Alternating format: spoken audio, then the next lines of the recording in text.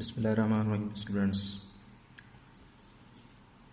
आज हमने ये मैंने बुक पे सारा कुछ लिखा हुआ है। इस वजह से मैंने इसको लिखने की जहमत नहीं की क्योंकि फिर टाइम लगता है इसमें बहुत ज़्यादा। इस वजह से इसमें आप टेबल 14.1 अगर देखें तो ये सारा आपके पास इलेक्ट्रॉनिक स्ट्रक्चर है। अगर आप इसको समझ लेंगे तो आगे भी आपके लिए आसानी हो जाएगी। अगर आप इसकी इलेक्ट्रॉनिक स्ट्रक्चर कन्फिगरेशन देखेंगे तो स्कैंडियम हो गया, टाइटेनियम हो गया, vanadium, chromium, manganese, iron, cobalt, निकल, कॉपर एंड जिंक। ये पहला आपको पीरियड इसकी 3D सीरीज़ दी गई है। ये कौन सी सीरीज़ है? 3D सीरीज़ है। इसकी इलेक्ट्रॉनिक कंडीशन दी गई है। इसमें अगर आप देखेंगे तो स्कैंडियम से बिल्कुल लास्ट वाले देखें आप, क्योंकि डी ऑर्बिटल्स को देखेंगे हम 4s2 के बाद 3D1 है। देखिए स्कैंडियम में 3D1 है, टाइटेनियम में फिर आगे 3D1 मीन्स के डी ऑर्बिटल्स में आपको पता है 5 डी जनरेट ऑर्बिटल्स होते हैं, DXY, DYZ, DXZ, DX2, Y2, DXZ। ये मैं आप लोगों को फर्स्ट ईयर में इसके बारे में बता चुका था। अब आप देखते जाएंगे तो D orbitals Aahista Aahista in process of filling है, ये फिलिंग के प्रोसेस में है। फिर अगर आप वेनेडियम में चले जाएं 1 1 1 3 आ जाएंगे। क्रोमियम में अगर आप चले जाएं 1 1 1 आगे देखें ये फिलिंग होती जा रही है। क्रोमियम में आप देख सकते हैं कि यहाँ पे देखें 1 1 1 हालांकि इधर होना चाहिए था, लेकिन क्रोमियम में ये इरेगुलरिटीज़ आ जाती है। 4f वाला जो है इलेक्ट्रॉन वो ट्रांसफ़र हो जाता है, किसमें चला जाता है? उसके आखिरी शेल में। तो यहाँ पे मीन्स के 5 जो होते हैं वो डीजेनरेट ऑर्बिटल्स जो हैं फिल्ड हो जाते हैं। उसके बाद मैग्नीज आता है। मैग्नीज में आप देख सकते हैं नेक्स्ट उसी तरह ये फिर आपके पास, क्योंकि इसमें 1 था तो अब ये 2 हो गए। नेक्स्ट आयरन के बाद, आयरन पे अब देखें ये पहले सिंगल इलेक्ट्रॉन थे, अब सिंगली के बाद अब ये डबल होते जा रहे हैं। फिर अगेन यहाँ पे देखें ये 3 पर और मज़ीद। तो लास्ट में जब जिंक में पहुँचते हो तो आपके पास जो डी ऑर्बिटल्स हैं ये कम्प्लीटली फिल्ड हो जाते हैं। सिर्फ आपके पास 4s2 और उसके बाद आपके पास क्या है, ये डी ऑर्बिटल्स जो हैं सारे के सारे क्या हैं, कम्प्लीटली फिल्ड हैं। अगर आप इधर नीचे इसको और वाज़ेह तौर पे लिखा गया है, स्कैंडियम में आप देखेंगे तो 1, अब डी ऑर्बिटल्स देखें, इसको छोड़ दें, स्कैंडियम 1, फिर टाइटेनियम 1 1, वेनेडियम 1 1, क्रोमियम में हालांकि होना चाहिए था 1 कि ये फिलिंग है, ये नहीं होना चाहिए था, लेकिन मैंने आपको बता चुका था, ये आगे मैं बताऊँगा इसका रीज़न क्या है। फिर मैग्नीज़ आपके पास आ जाती है। मैग्नीज़ के बाद आयरन देखें आप फिलिंग हो रही है इलेक्ट्रॉन की, आगे पहले यहाँ तक ख़त्म, उसके बाद इलेक्ट्रॉन की फिलिंग हो रही है, होते जा रहे हैं। लास्ट में अगर जिंक में चले जाएं तो आपके पास इलेक्ट्रॉन सारे कम्प्लीटली फिल्ड हो जाएंगे। अब इससे बहुत सारी चीज़ें आपको वाज़ेह हो जाएंगी, इससे बहुत सारी आप चीज़ें ही आप इसको मतलब इसको बयान कर सकते हैं इस इलेक्ट्रॉनिक स्ट्रक्चर से। पहला क्या है कि पहला आपको बता चुका हूँ कि जो क्रोमियम है, ये वाला जो ग्रुप क्रोमियम वाला Cr ग्रुप जो है, मीन्स के अगर मैं पीरियोडिक टेबल यहाँ पे दिखा दूँ, क्रोमियम इसमें इरेगुलरिटीज़ हैं। क्रोमियम और मोलिब्डेनम दोनों में इरेगुलरिटीज़, टंगस्टन में नहीं है। क्रोमियम और मोलिब्डेनम अगर आप देखेंगे उसके इलेक्ट्रॉनिक कन्फिग्रेशन तो आपके पास 3d5 4s1 है, नीचे भी आपके पास 4d5 5s1 है। हालांकि होना ये चाहिए था, ये 4 होना चाहिए 3d4, लेकिन ये 5 है। दूसरा आपके पास इरेगुलरिटीज़ किस में आ रही है? इस कापर में आ रही है। कापर में अगर आप देखेंगे तो 3d10 4s1 है। सिल्वर में भी इसी तरह ही है और गोल्ड में भी इसी तरह ही है। ऐसा क्यों है? ये इरेगुलरिटीज़ ऐसी क्यों है? एक चीज़ मैं आप लोगों को पहले ही बता चुका था, पढ़ा चुका था एक चीज़ के बारे में। सॉरी आपको ये नज़र नहीं आया होगा, मैं वैसे चला गया, सॉरी दोबारा कर लेते हैं। स्कैंडियम में देख सकते हैं आप इलेक्ट्रॉन की 1 है, फिर टाइटेनियम में 1 1, वेनेडियम में फिर 3, क्रोमियम में फिर, मैग्नीज में 5, फिर आगे इलेक्ट्रॉन की क्या हो रही है? पेयरिंग हो रही है। इलेक्ट्रॉन पेयर होते जा रहे हैं, पेयरिंग हो रही है। जिंक में जाके ये कम्प्लीटली फिल्ड हो जाते हैं। फिर मैं आपको बता रहा था कि जो क्रोमियम है ये इरेगुलरिटी शो कर रहा है, हालांकि इधर 4 होने चाहिए थे। इसको देखें, इसका यहाँ पे ये फिल होना चाहिए था, लेकिन इसमें क्या है 5 आ गए डी ऑर्बिटल्स में। हालांकि होने क्या चाहिए थे? D4 होने चाहिए थे, लेकिन आ किस रहे हैं 5, क्योंकि एक जो है इसमें से वो क्या होता है, मीन्स का एक्साइट हो जाता है, इधर आ जाता है, ट्रांसफ़र होता है। लेकिन मैग्नीज़ के बाद आयरन चलते जाएँ, फिर आपके पास पेयरिंग है, सारी इलेक्ट्रॉन पेयर हो रहे हैं। फिर आप कॉपर में चले जाएंगे तो कॉपर में भी सही यही सीन है। कॉपर में ये होना चाहिए था, देखें यहाँ पे सारे 1 2 3 10 है, हालांकि D9 होना चाहिए था। कॉपर में क्या होना चाहिए था? D9 होना चाहिए था, लेकिन वैसा नहीं है, क्योंकि यहाँ पे ये फिलिंग है तो फिर एक इलेक्ट्रॉन फिल होना चाहिए, ये खाली होना चाहिए था। इधर अगर आप फिल है ना, फिल के बाद आपके पास एक और इलेक्ट्रॉन इसमें फिलिंग आना चाहिए था, लेकिन आगे चले जाएं ये दोनों आपके पास क्या है, कम्प्लीटली फिल्ड हो गया। डी ऑर्बिटल इसमें क्या कम्प्लीटली फिल्ड है, लेकिन इधर एस ऑर्बिटल में 1 है और इसमें भी एस ऑर्बिटल में 1 है। जिंक में आपके पास मुकम्मल तौर पे कम्प्लीटली फिल्ड है। अब देखें ये क्रोमियम और कॉपर ऐसा क्यों इरेगुलर बिहेवियर शो कर रहे हैं, वजह क्या है? इसमें अगर आप देखेंगे पीरियोडिक टेबल में आपको नज़र आ जाएगा, क्रोमियम और मोलिब्डेनम जो हैं बोथ शो डिफरेंट बिहेवियर्स। इनका जो बिहेवियर है वो एनामोलस बिहेवियर है, थोड़ा डिफरेंट बिहेवियर हो जाता है। इसी तरह कॉपर और सिल्वर जो हो गए एंड गोल्ड हो गए, ये भी क्या कर रहे हैं, डिफरेंट बिहेवियर शो कर रहे हैं। ऐसा क्यों है, वजह क्या है, इसमें क्यों इरेगुलरिटीज़ आ रही हैं। एक चीज़ में आपको चैप्टर नंबर 1 में हमने पढ़ा था, शुरू का लेक्चर अगर आप देखेंगे, चैप्टर 1 में आपको ये पढ़ाया था कि आपके पास जो होंगे, एक होगा half filled orbitals, half filled D orbitals. कौन से? हाफ फिल्ड डी ऑर्बिटल्स हों, या आपके पास क्या हो, कंप्लीटली फिल्ड ऑर्बिटल्स हों। हाफ फिल्ड हो या आपके पास कौन से हों, कंप्लीटली फिल्ड ऑर्बिटल्स हों। हाफ फिल्ड या कंप्लीटली फिल्ड ऑर्बिटल्स होंगे, then they possess the extra stability, possess the extra stability. तो उनके अंदर क्या आ जाएगी, एक एक्स्ट्रा स्टेबिलिटी होगी। मीन्स कि अगर आपके पास ऑर्बिटल्स जो है वो डी ऑर्बिटल की बात हो रही है यहाँ पे, कि अगर आपके पास हाफ फिल्ड है या आपके पास क्या है, कंप्लीटली फिल्ड है। यहाँ पे अगर आप देख सकते हैं, क्रोमियम के केस में हमने पढ़ा था, क्रोमियम में आपके पास 3d4 था एंड 4s2 होना चाहिए था, लेकिन ये आपके पास क्या है, पार्शली फिल्ड है, हाफ फिल्ड नहीं है। आपने इसको क्या करना है, हाफ फिल्ड करना है डी ऑर्बिटल्स को। अब डी ऑर्बिटल्स में हाफ फिल्ड ऑर्बिटल होने की वजह से मीन्स कि यहाँ पे इलेक्ट्रॉनिक ट्रांसफर हो जाएगा, यहाँ पे क्या आ जाएगा, 5 आ जाएगा और 4s1 आ जाएगा। अब ये क्या है, दिस डी ऑर्बिटल या this chromium possess the extra stability. अब इसके अंदर क्या आ गई, एक एक्स्ट्रा स्टेबिलिटी आ गई। Same case in the copper, copper के केस में भी है कि 3d9 है, 3d9 एंड 4s2 होना चाहिए था, लेकिन ऐसा नहीं था। क्या था, 3d10 एंड 4s1 था। यही क्योंकि हाफ फिल्ड और कंप्लीटली, ये आपके पास क्या है, कंप्लीटली फिल्ड है, कंप्लीटली फिल्ड है। और यहाँ पे आपके पास क्रोमियम है, किधर गया ये वाला क्रोमियम, ये आपके पास क्या है, हाफ फिल्ड है।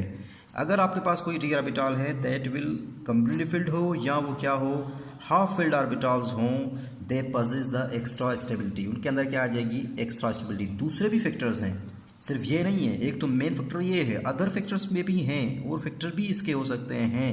कि ऐसा क्यों है, क्योंकि आपको पता है इलेक्ट्रॉन और न्यूक्लियस के आपस में अट्रैक्शन, ये भी एक फैक्टर है। इलेक्ट्रॉनिक एंड न्यूक्लियर अट्रैक्शन हम कह सकते हैं, इलेक्ट्रॉनिक न्यूक्लियर अट्रैक्शन। दूसरा आपके पास ये जो है कि अगर आप एक इलेक्ट्रॉन को देखें तो ज़ाहिर है एक इलेक्ट्रॉन के तो बहुत सारे इलेक्ट्रॉन हैं, वो उसको क्या कर रहे होते हैं, शील्ड कर रहे होते हैं। तो shielding of one electron, shielding of one electron by several other electrons, दूसरे उस इलेक्ट्रॉन को क्या कर रहे हैं, शील्ड कर रहे हैं। इस तरह इलेक्ट्रॉन का आपस में भी रिपल्शन है, तो इंटर इलेक्ट्रॉनिक रिपल्शन, इलेक्ट्रॉन के अंदर जो रिपल्शन है उसको हम क्या कहते हैं, इंटर इलेक्ट्रॉनिक रिपल्शन। ये भी फैक्टर है, inter electronic repulsion, inter electronic repulsion. So ये इसमें जो थे फैक्टर थे, तो इसमें आपके पास जो मेन फैक्टर ये था कि आपके पास क्या था, half filled and completely filled था। और दूसरा क्या है, एक्सचेंज एनर्जी फोर्सेस भी हैं, मीन्स के एनर्जी जो फोर्सेस जो थी वो एक्सचेंज होती रहती हैं। सो एक्सचेंज एनर्जी फोर्सेस ये भी उसका अहम फैक्टर है, एक्सचेंज एनर्जी फोर्सेस। अब क्या आप लोगों को समझ आ गई होगी। तो मीन्स कि आपके पास जो क्रोमियम फैमिली हो गई, दूसरा कोबाल्ट की जो ग्रुप है ये आपको क्या कर रहा है, इरेगुलर शो कर रहा है, किसमें, इलेक्ट्रॉनिक कन्फिगरेशन में है। इरेगुलर क्यों शो कर रहा है, वजह क्या है, रीज़न क्या है, वो मैं आपको बता चुका हूँ। ऊपर से हाफ फिल्ड और completely filled they possess the extra stability. दूसरे भी इसमें फैक्टर्स हैं जिसकी बिना पे ये आपको इरेगुलेटरी फैक्टर्स मीन्स के इरेगुलर शो करते हैं, जिसमें आपके पास पहला इलेक्ट्रॉन और न्यूक्लियस का आपस में अट्रैक्शन हो सकता है।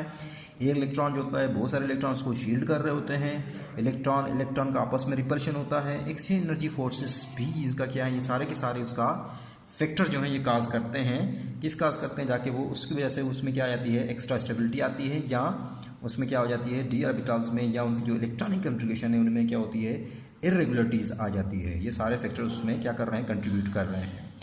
नेक्स्ट आगे हमारे पास आ रहा है, इसी से जो मैंने आपको इलेक्ट्रॉनिक कन्फिगरेशन पढ़ाई है, इसी से हम क्या करेंगे, बाइंडिंग एनर्जी को भी पढ़ेंगे। बाइंडिंग एनर्जी क्या होती है, बाइंड करना, मीन्स के एनर्जी मीन्स के जो बॉन्डिंग मीन्स के इलेक्ट्रॉन्स को बाइंड करो, उसके लिए आपको एनर्जी चाहिए, या उसको तोड़ते हैं उसको एनर्जी। लेकिन बाइंडिंग एनर्जी क्या होगी, जब इलेक्ट्रॉन्स एक चीज़ रखते हैं कि अगर आपके पास कोई एटम है, एटम के पास क्या है, एक इलेक्ट्रॉन है, वन इलेक्ट्रॉन है, मीन्स के उसके पास क्या है, एक इलेक्ट्रॉन है, पेयर्ड इलेक्ट्रॉन पेयर्ड नहीं है। अगर इलेक्ट्रॉन पेयर्ड है तो वो क्या करेगा, आपको पता है उसकी ओवरलैपिंग नहीं होगी। इलेक्ट्रॉन अगर आपके पास क्या हो, अनपेयर्ड हो, तो उसके अंदर क्या होगी, ओवरलैपिंग होगी, तो उसके अंदर हम कह सकते हैं कि बाइंड एनर्जी है। अब यहाँ पे याद रखिए कि इलेक्ट्रॉन जो आपके पास कोई ट्रांजिशन एलिमेंट्स जो होते हैं, ये सारे के सारे जो ट्रांजिशन एलिमेंट हैं तकरीबन क्या होते हैं, ये टफ होते हैं, मेलेबल होते हैं, डक्टाइल होते हैं। टफ होते हैं, मेलेबल होते हैं एंड डक्टाइल होते हैं। क्यों होते हैं? Because due to their high binding energy. उनके अंदर जो बाइंडिंग एनर्जी होती है वो क्या होती है, बहुत ज़्यादा होती है। तो due to the greater binding energy, क्योंकि ग्रेटर बाइंडिंग एनर्जी होने की वजह से ये जो एटम्स होते हैं ये टफ होते हैं, मेलेबल होते हैं, डक्टाइल होते हैं। रीज़न बता चुका हूँ क्यों होते हैं। अब बाइंडिंग एनर्जी क्या करती है, इंक्रीज करेगी। जितने अनपेयर्ड इलेक्ट्रॉन्स होंगे उतनी ज़्यादा क्या होती जाएगी, बाइंडिंग एनर्जी होती जाएगी, जितने ज़्यादा अनपेयर्ड इलेक्ट्रॉन होंगे। अगर हम इसमें देखें इलेक्ट्रॉनिक्स में, यहाँ पे यहीं से हम देख लेते हैं, देखें एक है तो इसकी थोड़ी कम होगी, फिर देखें आगे अनपेयर्ड इलेक्ट्रॉन बढ़ रहे हैं तो इसका मतलब ये हुआ कि बाइंडिंग एनर्जी भी क्या करेगी, आगे इंक्रीज करेगी। कहाँ तक करेगी, क्रोमियम तक इंक्रीज करेगी, क्योंकि यहाँ पे अनपेयर्ड इलेक्ट्रॉन्स क्या कर रहे हैं, इंक्रीज कर गए हैं। यहाँ पे देखें ये सारे इंक्रीज करें, 1 2 3 4 5 6 हैं। अनपेयर्ड इलेक्ट्रॉन क्या कर गए, जब इंक्रीज कर गए तो बाइंडिंग एनर्जी क्या करेगी, इंक्रीज करती है। लेकिन आगे फिर क्या कर रही होती है, डिक्रीज कर रही है। फिर क्योंकि आगे इलेक्ट्रॉन्स की क्या हो रही है, पेयरिंग हो रही है। इलेक्ट्रॉन जब पेयर हो रहे हैं तो ज़ाहिर बॉन्ड कम बनेंगे, एनर्जी कम लगेगी। इसके बिना पे बाइंडिंग एनर्जी क्या हो रही है, डिक्रीज हो रही है। तो पहले बाइंडिंग एनर्जी इंक्रीज करेगी, कहाँ तक इंक्रीज करेगी, क्रोमियम तक इंक्रीज करेगी। फिर आगे क्या करती है, डिक्रीज करती है due to the pairing of electron. Electron क्या होना शुरू हो जाते हैं, अब पेयर होना शुरू कर देते हैं। ये था। अब आगे हमारे पास जो है टॉपिक जो है ये खत्म हो गया। Variable I think oxidation state है। देखिए ट्रांजिशन एलिमेंट्स जो होते हैं इनके अंदर एक और अहम खुसूसियत ये है कि दे show the variable oxidation state.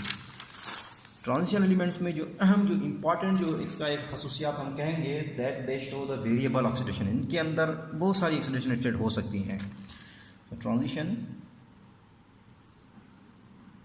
Elements जो होते हैं दे show the variable oxidation state. एक से ज़्यादा ऑक्सीडेशन स्टेट हो सकती हैं, ऑक्सीडेशन स्टेट। अब एक से ज़्यादा ऑक्सीडेशन स्टेट, क्योंकि ट्रांजिशन एलिमेंट्स अगर देखा जाए तकरीबन ये जो अपनी ऑक्सीडेशन स्टेट शो करते हैं that will be the positive. ये क्या करेंगे, पॉजिटिव ऑक्सीडेशन स्टेट शो करेंगे। जो ट्रांजिशन एलिमेंट्स होते हैं दे show the positive oxidation state. इनकी सारी के सारे जो 3D जो एलिमेंट्स होते हैं show an oxidation state of +2। Means के जो 3D सीरीज वाले होते हैं तकरीबन ये अपनी ऑक्सीडेशन स्टेट क्या शो करेंगे, सारे के सारे शो करते हैं, +2 शो करते हैं। इन एडिशन टू द इनके इसके साथ साथ हायर ऑक्सीडेशन स्टेट भी आती हैं। मीन्स के जो 3D सीरीज वाले जो एलिमेंट्स हैं वो तो +2 की वो शो करते हैं, लेकिन इसके साथ साथ वो अपनी हायर ऑक्सीडेशन स्टेट भी शो करते हैं। जब क्या होता है, तब शो करेंगे जब उनके क्या होंगे, एस ऑर्बिटल्स में जो होंगे इलेक्ट्रॉन का करेंगे हिस्सा लेंगे, किसमें, पार्ट करेंगे इन बॉन्डिंग में। जब एस इलेक्ट्रॉन के जो एस ऑर्बिटल्स जो होंगे वो क्या करेंगे, मीन्स के हिस्सा लेंगे। तो अब दोबारा सुन लें, ट्रांजिशन एलिमेंट्स जो होते हैं वो शो करते हैं वेरिएबल ऑक्सीडेशन स्टेट शो करते हैं। उनकी तकरीबन जो होती है ऑक्सीडेशन स्टेट वो पॉजिटिव शो करते हैं। जो 3D सीरीज वाले होते हैं तकरीबन वो कौन सी, +2 तो वो शो करते हैं, लेकिन इसके साथ साथ वो क्या करते हैं, हायर ऑक्सीडेशन स्टेट भी शो करते हैं। वो उस सूरत में शो करेंगे जब उनका एस ऑर्बिटल्स के जो इलेक्ट्रॉन्स होंगे they take part in bonding. वो क्या करेंगे, बॉन्डिंग में हिस्सा लेंगे। जो एस इलेक्ट्रॉन जो हैं वो एस ऑर्बिटल्स के जो इलेक्ट्रॉन्स हैं जब वो बॉन्डिंग में हिस्सा लेंगे तब वो क्या करेंगे, हायर ऑक्सीडेशन स्टेट शो करेंगे। यहाँ पे हमारे पास ऑक्सीडेशन स्टेट शो है, वो मैं दिखा देता हूँ। स्कैंडियम देखें, इसमें एक इलेक्ट्रॉन है तो ये +1 भी शो कर सकता है। इधर 2 हैं तो ये +2 भी शो कर सकता है। अगर तीनों लास्ट हो जाएं तो क्या हो जाएगा, +3 भी शो कर देगा। इसी तरह टाइटेनियम जो है +1 भी शो कर सकता है। या अगर 2 उड़ जाएं, मीन्स के 2 आपके पास जो है इलेक्ट्रॉन जो है बॉन्डिंग में हिस्सा लेंगे तो फिर वो +2 करेगा। इस तरह ये क्या कर सकता है, 2 3 4 जितने इलेक्ट्रॉन हैं। इसी तरह क्रोमियम में देखें, नेक्स्ट आपके पास वेनेडियम के बाद क्रोमियम हो गया, 2 3 4 5 6 हो गया। मैग्नीज जो हो गया, सबसे ज़्यादा जो हाईएस्ट शो करता है वो कौन सी शो कर रहा है, मैग्नीज 1 2 3 4 5 6 7 शो कर रहा है। इस तरह आयरन हो गया, 1 2 3 4 5 6 7 तक शो कर सकता है। कोबाल्ट जो तो इसमें वेरिएबल ऑक्सीडेशन। जिंक सिर्फ क्या करता है, +2 शो करता है, क्योंकि इसके सिर्फ एस ऑर्बिटल्स क्या करता है, हिस्सा लेता है। बाकी डी ऑर्बिटल्स में उसके सारे फील्ड हैं इलेक्ट्रॉन जो कि वो हिस्सा नहीं लेते। तो यहाँ पे आपके पास जो हो गया, मीन्स के अब पता चल गया कि ये सारे के सारे जो हैं वो क्या करते हैं, अपनी वेरिएबल ऑक्सीडेशन स्टेट शो करते हैं। वेरिएबल ऑक्सीडेशन स्टेट शो करते हैं, वजह क्या है, इसकी रीज़न क्या है कि why they show the variable oxidation state. इसके पीछे क्या रीज़न है कि क्यों शो करते हैं। देखें, रीज़न है कि ये इसके दरमियान में जो रीज़न वो ये है कि D orbital and S orbital, आपके पास जो डी ऑर्बिटल हो गया या आपके पास जो हो गया एस ऑर्बिटल, इनके दरमियान में जो एनर्जी गैप होता है वो बहुत ही मिनिमम होता है। एनर्जी गैप जो है वो क्या है, मिनिमम है या लेस है। जब एनर्जी गैप जो है, लेट सपोज एनर्जी गैप इतना है, इसमें भी इलेक्ट्रॉन है इसमें भी इलेक्ट्रॉन है, जब एनर्जी गैप स्मॉल होने की वजह से इलेक्ट्रॉन मीन्स कि इसको डी समझ लें, इसको एस समझ लें। इलेक्ट्रॉन डी से एस की तरफ भी आ सकते हैं, इलेक्ट्रॉन डी से एस की तरफ भी आ सकते हैं। इलेक्ट्रॉन जो है वो एक्सचेंज होते रहते हैं, डी से एस से या एस से डी की तरफ आए। जब इलेक्ट्रॉन की इतनी सारा इलेक्ट्रॉन जो है आपके पास आ जाते हैं, मीन्स कि आपके पास जो है इलेक्ट्रॉन की जब तादाद है, क्योंकि यहाँ से एस से भी इलेक्ट्रॉन निकल सकते हैं, डी से इलेक्ट्रॉन भी निकल सकते हैं, इस बिना पे वो क्या करते हैं आपके पास जो है these transition elements show the variable oxidation state. यही वजह है कि ये सारे के सारे क्या करते हैं, वेरिएबल ऑक्सीडेशन स्टेट जो है वो शो करते हैं। अगर 3D सीरीज में देखा जाए तो मैं आपको इसका बारे में बता चुका हूँ। मैग्नीज जो होता है, मैग्नीज ये सबसे ज़्यादा मैक्सिमम ऑक्सीडेशन शो करता है और ये कहाँ तक जाता है, +7 तक जाता है। और वेरिएबल ऑक्सीडेशन शो क्यों करते हैं, because S and D orbitals का जो एनर्जी गैप है या एनर्जी डिफरेंस है, हम कह सकते हैं इसका जो एनर्जी डिफरेंस है वो क्या है, बहुत ही मिनिमम है, बहुत ही कम है, जिसकी बिना पे इलेक्ट्रॉन जो है एस से डी की तरफ जा सकते हैं, डी से एस की तरफ जा सकते हैं। That's why they show the variable oxidation state. यही वजह है कि वो क्या करते हैं, वेरिएबल ऑक्सीडेशन स्टेट शो करते हैं। अब इस वेरिएबल ऑक्सीडेशन स्टेट की वजह से जो ट्रांजिशन एलिमेंट्स होते हैं they are used as a catalyst. यही वजह है कि ये जो ट्रांजिशन एलिमेंट्स होते हैं इनको हम यूज़ कर सकते हैं कहाँ पे, कैटालिस्ट में इस्तेमाल होते हैं। क्यों इस कैटालिस्ट में इस्तेमाल होते हैं, because they show the variable oxidation state. Transition elements जो होते हैं ये कैटालिस्ट के तौर पर क्यों यूज होते हैं, बिकॉज ये इनके अंदर जो ऑक्सीडेशन स्टेट है वो क्या होती रहती है, ट्रांजिशन एलिमेंट्स में वेरिएबल होती रहती है, जिसकी बिना पे वो क्या करते हैं, जो आपके पास जो आएगा वेरिएबल जो है वो यूज होते हैं एज ए कैटालिस्ट के तौर पे।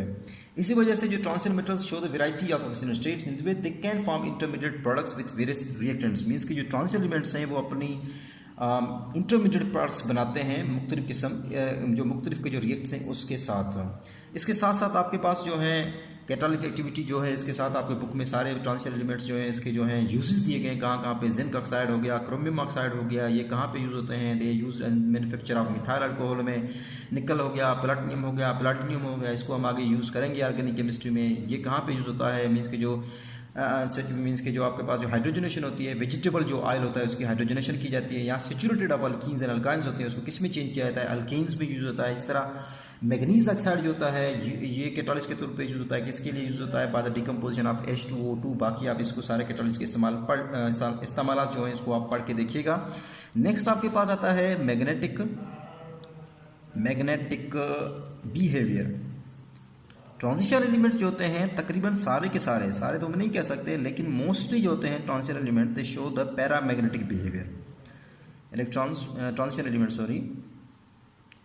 दे शो द पैरामैग्नेटिक। अभी हमने पढ़ा पैरामैग्नेटिक की एक प्रॉपर्टी क्या है, पैरामैग्नेटिक क्या होना चाहिए, अगर आपके पास क्या हो, अनपेयर्ड इलेक्ट्रॉन हो। ट्रांजिशन एलिमेंट आपने पढ़ा था कि उसमें क्या थे, तकरीबन ज़्यादातर अनपेयर्ड इलेक्ट्रॉन होते हैं, जिसकी बिना पे ये क्या करते हैं, पैरामैग्नेटिक शो करते हैं। यही वजह है कि वो क्या होते हैं, ट्रांजिशन एलिमेंट्स कलर्ड भी होते हैं, उनके अंदर क्या होता है, कलर्ड होते हैं, कलरफुल होते हैं, क्योंकि ये अनपेयर्ड होते हैं। अनपेयर्ड इलेक्ट्रॉन जो होते हैं वो आपके पास क्या होता है, उसकी ट्रांजिशन होने की वजह से डी ट्रांजिशन होती है। इस अनपेयर्ड इलेक्ट्रॉन के अंदर क्या होती है, डी ट्रांजिशन होती है। इस डी ट्रांजिशन की वजह से इसमें क्या आता है, दे शो द कलर। वो मुख्तलिफ कलर जो हैं वो आपके पास यहाँ इमिट करते हैं। जब इलेक्ट्रॉन वापस आते हैं तो वो एक खास किस्म का जो कलर होता है उसको वो क्या करते हैं, इमिट करते हैं। सो आपके पास पैरामैग्नेटिक को हमने पढ़ा था कि पैरामैग्नेटिक क्या होता है, दोज मीन्स के एलिमेंट्स जो कि क्या हों, attract bye the magnetic field. Means के ऐसे एलिमेंट जो कि आपके पास ऐसे कंपाउंड जो कि क्या हों, अट्रैक्ट्स हों magnetic field, are called paramagnetic. उसको हम क्या कहते हैं, paramagnetic. So compounds are attracted by the magnetic fields. Compounds are attracted by magnetic field. अगर कंपाउंड जो हैं वो उनको क्या करें, मैग्नेटिक फील्ड अट्रैक्ट करें तो उसको हम पैरामैग्नेटिक कहते हैं। इसी तरह paramagnetism is due to the, अब ये जो पैरामैग्नेटिज्म आती है क्यों आती है, बिकॉज ऑफ अनपेयर इलेक्ट्रॉन। किस बिना पे, अनपेयर इलेक्ट्रॉन जो कि मेटल्स के अंदर मौजूद होते हैं या उनके कंपाउंड्स में होते हैं। इसी तरह कुछ जो सब्सटेंस हैं उनको हम क्या करते हैं, एक्चुअली तौर पे रियल तौर पे वो क्या होते हैं, मैग्नेटिक नहीं होते, लेकिन हम क्या करते हैं उनको ट्रांसफ़र कर देते हैं किसमें, मैग्नेट में। उसको हम मैग्नेटाइज कर देते हैं, मैग्नेट बना देते हैं। तो ऐसे सब्सटेंस को हम फेरोमैग्नेटिक कहते हैं।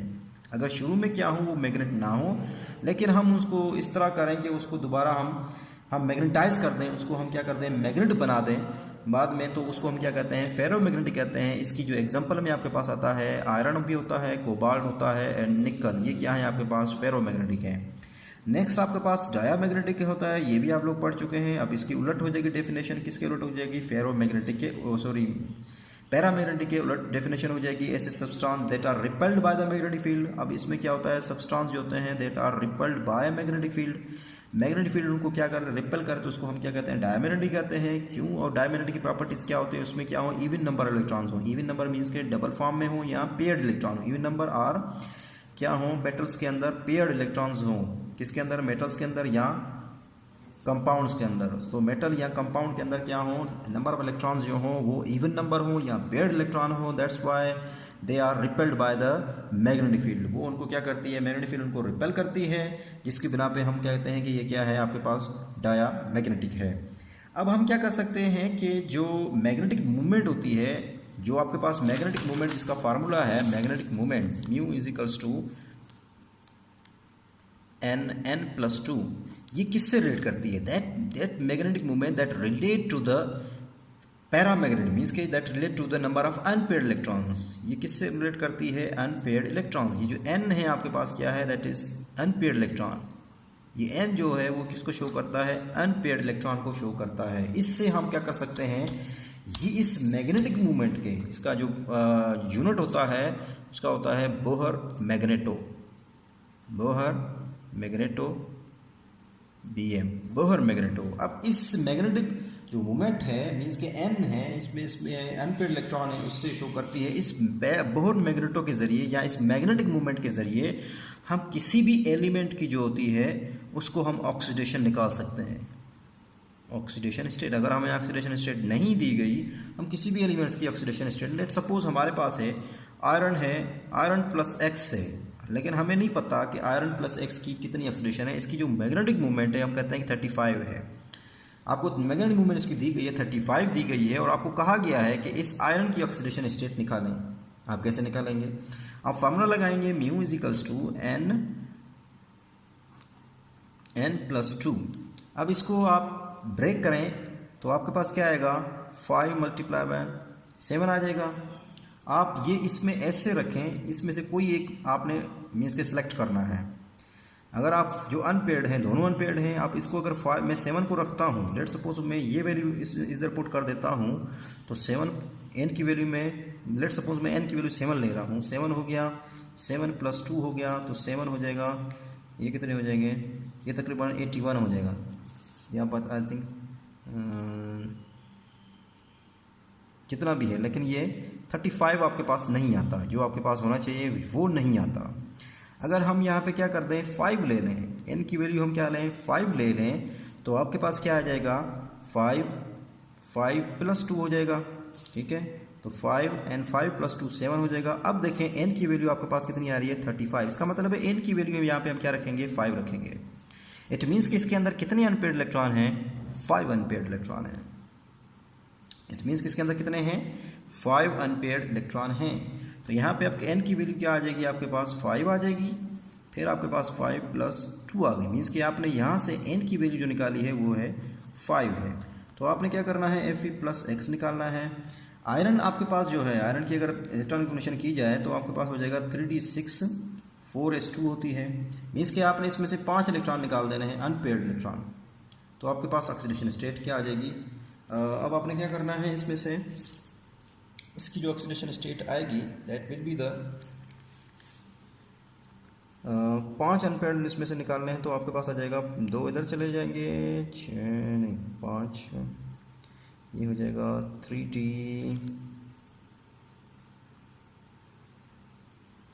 इसका अनपेयर्ड इलेक्ट्रॉन है 1 2 3 सॉरी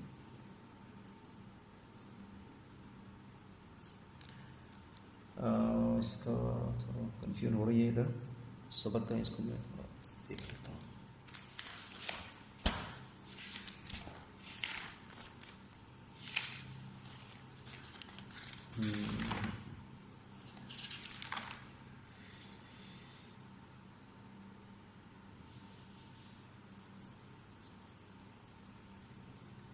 (3d5) इसके यस, आपने क्या करना है, ये जो 3d5 है मीन्स कि इसके अंदर कितने 5 अनपेयर्ड इलेक्ट्रॉन हैं, तो आप इसमें से जो इसकी जो एक्चुअल इलेक्ट्रॉन कन्फर्मेशन है, इसकी जो एक्चुअल इलेक्ट्रॉन ये है 3d6 4s2 है, तो आपने क्या करना है 3d5 लेकर आना है।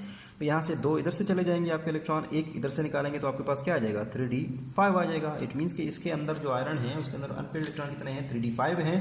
तो कितने इलेक्ट्रॉन आपने निकाले, 2 ये निकाले और 1 ही निकाले, तो इसकी जितने आप इलेक्ट्रॉन निकालेंगे वो उसकी क्या हो जाएगी ऑक्सीडेशन स्टेट हो जाएगी +3 हो जाएगी। तो इसका मतलब है एक्स की वैल्यू क्या है आपके पास +3 है, तो आयरन आपके पास क्या आ जाएगा +3 आ जाएगी। तो इस मीन्स कि आप किसी भी एलिमेंट्स की उसकी नेचर बता सकते हो कि उसकी जो नेचर क्या है, उस मेटल ट्रांजिशन मेटल्स की जो है उसकी नेचर आप बता सकते हो। दूसरा आप उसकी क्या बता सकते हो, ट्रांजिशन मेटल की जो ऑक्सीडेशन स्टेट है वहाँ से ये आप उसको मालूम कर सकते हो कि आपको पता लग जाएगा। इस अगर आपके पास मैग्नेटिक मूवमेंट आपको दे दी गई है तो आप उसको ब्रेक करें, ब्रेक करने के बाद जो कोई ऐसा नंबर लें ताकि वो दोबारा उसके साथ टेली करे, रिलेट कर जाए, उस नंबर के साथ मैग्नेटिक मूवमेंट के साथ रिलेट कर जाए, तो फिर जितने आपके पास जो होंगे, लेट सपोज यहाँ पे हमने निकाला था n, आपके पास 5 आ गया। इसका मतलब है कि इस आयरन के ऊपर अंदर इसके कितने हैं 3d5 इलेक्ट्रॉन है। तो एक्चुअल इसकी क्या है 6 2 है, तो इसमें से 2 ये निकालेंगे 1 ये निकालेंगे तो आपके पास क्या है 3d5 आ जाएगा। तो 3 इलेक्ट्रॉन आप इसमें से निकाल चुके हैं, तो इट मीन्स कि आपके पास क्या है आयरन +3 में है। ये हो गया आपका यहाँ पे मैग्नेटिक बिहेवियर खत्म हो गया। लेक्चर काफ़ी लेंथी जा रहा है, जल्दी जल्दी खत्म कर लेते हैं। अलॉय फॉर्मेशन आता है, लास्ट लेक्चर हमारा अलॉय फॉर्मेशन है। बहुत सिंपल है, अलॉय आपको पता है मुख्तलिफ मेटल्स जो हैं उनको मिक्स करते हैं और उससे आपके पास क्या आता है अलॉय बनता है। तो अलॉय की फॉर्मेशन मीन्स कि एक मेटल है उसको आप क्या कर सकते हो, मीन्स के मुख्तलिफ जो मेटल्स हैं क्योंकि जिसका सेम साइज़ हो, मेटल जिसका साइज़ क्या हो सेम हो, तो वो क्या कर सकते हैं एक दूसरे को रिप्लेस कर सकते हैं। ऐसे मेटल्स जिसका साइज़ क्या हो, ट्रांजिशन मेटल जिसका सेम साइज़ हो, वो एक दूसरे को रिप्लेस कर सकते हैं और फिर जाके वहाँ पे मिक्स होते हैं, जिसको हम क्या कहते हैं अलॉय फॉर्मेशन कहते हैं। यहाँ पे आपके पास जो स्टील है अगर देखा जाए इसको क्या किया गया है, इसमें आयरन होता है स्टील, इस आयरन को सब्स्टिट्यूट किया गया है, इसको रिप्लेस किया गया है, इसको सब्स्टिट्यूट किया गया है। किस किस के साथ सब्स्टिट्यूट आप कर सकते हो, आप इसको सब्स्टिट्यूट कर सकते हो क्रोमियम के साथ, मैग्नीज के साथ या निकल के साथ जिसका साइज़ क्या हो सेम हो। तो आप स्टील मीन्स की जो आयरन है दैट इज सब्स्टिट्यूटेड, जिसको सब्स्टिट्यूट कर सकते हो बाकी किसके जरिए क्रोमियम के जरिए, मैग्नीज के जरिए या निकल के जरिए, तो आपके पास क्या आ जाएगा स्टील अलॉय आ जाएगा। इस तरह आपके पास जो है टेबल बना हुआ है, ब्रॉस हो गया, ब्रोंज हो गया और आपके पास जो है नेक्स्ट है निक्रोम। ब्रास में जो है आपके पास कॉपर एंड जिंक हैं, ब्रोंज में आपके पास कॉपर एंड टिन है, निक्रोम में आपके पास निकल हो गया, क्रोमियम हो गया एंड आपके पास क्या हो गया आयरन हो गया। ये आपके पास क्या है इनका आपस में मिक्सचर है, तो इसको हम क्या कहते हैं अलॉय कहते हैं। इसकी आपने कंपोजिशन देख लेनी है, कॉपर और जिंक की कंपोजिशन इसको ध्यान में रखिएगा। कॉपर जो होता है ब्रास में कॉपर की जो कंपोजिशन है वो कितनी है 60 से लेकर 80% है और जिंक की कितनी कंपोजिशन है इसमें 20 से 40% है। इसी तरह ब्रॉन्ज में अगर आप ब्रोंज में देखेंगे जो कॉपर होता है वो 90 से 95 है, टिन जो होता है 5 से 10% होता है। इस तरह निक्रोम में अगर आप देखेंगे तो इसमें निकल जो होता है वो 60% होता है, क्रोमियम 15% होता है, आयरन 25% होता है। इनके अगर यूजेस भी लिखे हुए हैं उनको भी आपने ज़हन में रखना है। ब्रास और ब्रॉन्ज निक्रोम, ब्रास जो होता है ये आपके पास क्या है, ये किसका है स्ट्रॉन्ग अलॉय है, कॉपर का है जो कि फ्लेक्सिबल भी होता है एंड सॉफ्ट भी होता है, ये क्रोड नहीं होता और इसकी जो मेल्टिंग पॉइंट होती है बहुत ही कम होती है। दैट्स वाई इसको आप यूज़ कर सकते हैं लॉक्स में, कीज़ में, वाटर टेप्स में, पाइप्स में, आर्टिफिशियल ज्वेलरी में, डोर हैंडल्स में एंड पार्ट्स ऑफ मशीन्स में।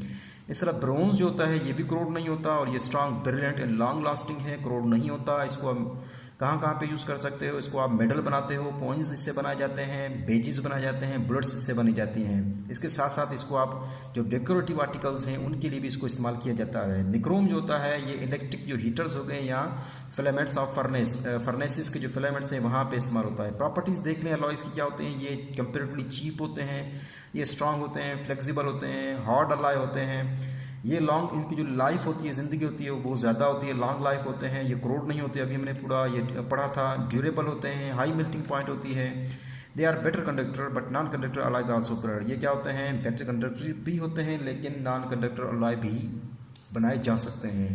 तो ये हो गया यहाँ पे आपका जो तकरीबन पूरे का पूरा लेक्चर यहाँ पे फिनिश हो गया। ठीक है, अल्लाह हाफिज़।